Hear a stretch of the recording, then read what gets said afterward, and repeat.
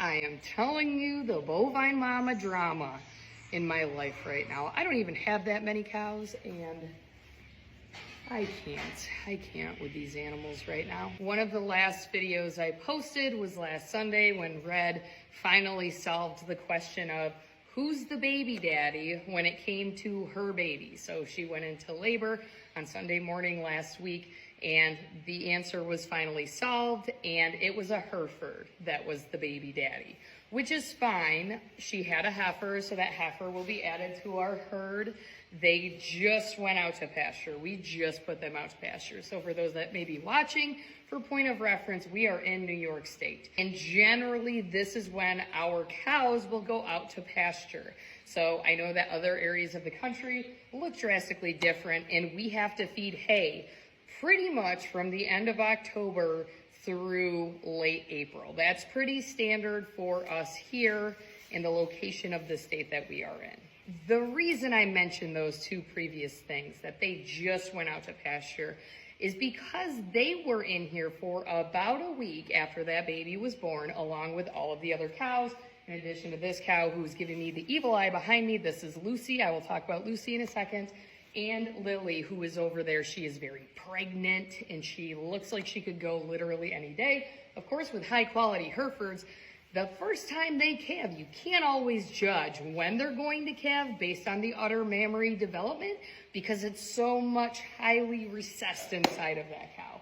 So I would think that she probably can go in the next day or two, and I'm just praying that she goes before Wednesday morning when I leave. Last thing my husband needs while he's juggling everything else is having to deal with a first calf heifer. I digress. So let me give you a dose of my bovine mama drama that I've had over the last week.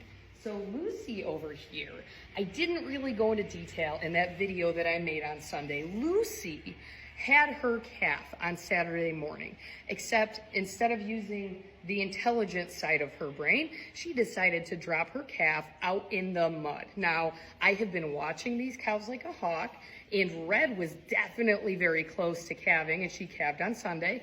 And Lucy, I thought I had a few more days because Lucy wasn't really bagging up. She didn't look like she was that close. Well, we were gone on Saturday morning, we came back, and the calf was beyond saving, but we still gave it our best shot, and I worked on that calf for about 3 hours, and it proceeded to not live. My poor husband is carrying this thing from out in the pasture in the mud that they were in into the barn. Had I known that she was that close, I would have just shut the gate and it would have been end of story. She could have just calved in this barn with all the other cows, and she's a big B word, so she would have been able to fight them off. It would have been fine. Anyway, so she had a bull calf, and I thought that Lucy was carrying an artificially inseminated calf that was a product of my breeding. As it turns out, as I'm doing my life-saving efforts on this calf, I noticed that it has massive eye patches over both eyes. Literally looks like the singer from Kiss. Big brown patches over both eyes. Well, that's a trait of one of the yearling bulls I had last year that I sold for breeding. Turns out he was proven, unbeknownst to all of us. So that was a good surprise. These cows are tall. Lucy's my biggest cow. I am shocked that that bull was able to cover her. We don't do creep feed. We don't do grain. We don't do silage. All they get is grass, hay, and grass and loose mineral. Where there is a will, there is a way. And he proved that to me. So every single male that I'm getting this year is getting castrated, and I'm going to feed them out and put them in the freezer.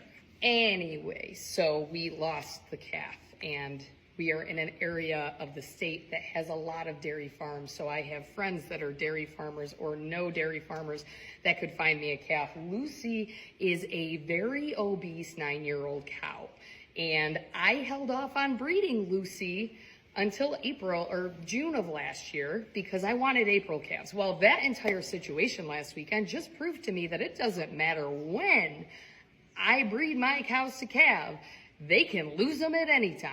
So, one of my very good ag teacher friends that I've known for many, many years, I'm texting her, and she calls me and says, hey, I should be able to get you a calf. I have sources, we can get you a calf.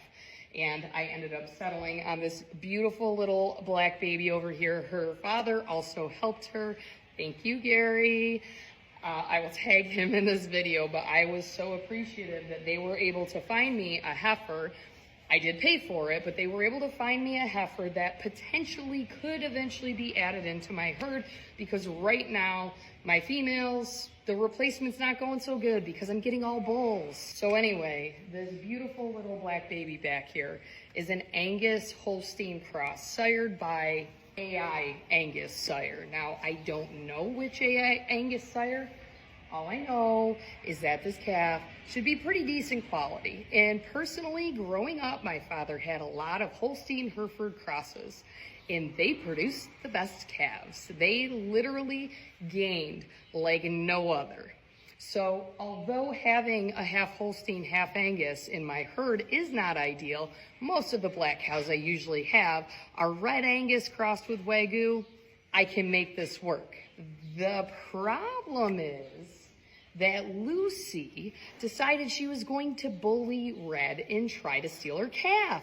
So after Red had her calf, and the calf was like 6 hours old, literally the calf was in this pen because we were putting them in front of the headlocks to keep them safe. This calf was in this freestall area for maybe 2 hours max. I come out and I go to lock them in the headlocks so that they can all feed their calves. And I noticed that she's mama mooing at this little red Angus Hereford calf. Yeah, I forgot that Lucy was that big of a B word, that she bullies Red, even though Red is also pretty chunky and obese. And she's an Angus. She has low tolerance for pretty much anything. Also, we had a horrible winter this year. The first winter in many, many years that delayed our ability to put the cows out on pasture because our high tensile fence was broken. And my husband coaches baseball, and our time has been limited. So I couldn't even turn the red Angus and her calf out right away to prevent that bond from occurring. Finally today, hi Ellie, what are you doing? You're not supposed to be in here, you naughty girl. Yeah, what are you doing? You're naughty. Oh, thank you. I know what you're getting. So finally today, we were able to finish fixing the fence. We got the cows turned out, and now begins the bonding process with that black calf and the Lucy. You can see the calf is now wandering towards Lucy. What I found though with this Holstein Angus cross is that it doesn't really have the drive to find mama, and it will try to nurse off of everyone. So this is the best case scenario. However, this could also go south very quickly if Lily pops out a baby and then decides that she's not fit for motherhood and doesn't take to it right away, and then Lucy attempts to steal it. So that's the one wild card. So yeah, and I have a yearling bull out in the pasture right now with the cows that we just turned out, and my theory is he's a registered Hereford. He's actually pretty decent quality. If he wants to cover my cows this year, feel free. You know, at this point, I just need calves to live so that I can sell them, so that I can cover my expenses. I do feel kind of bad for Lucy, but she also had a dry, warm barn where she could have dropped her calf. And instead, she went out into the mud pit. There isn't a square inch of dry space out there, and decided to drop her calf out there. And on top of everything else, we're getting ready for state convention. So my husband gets to fight with her and try to get her to accept that little black calf.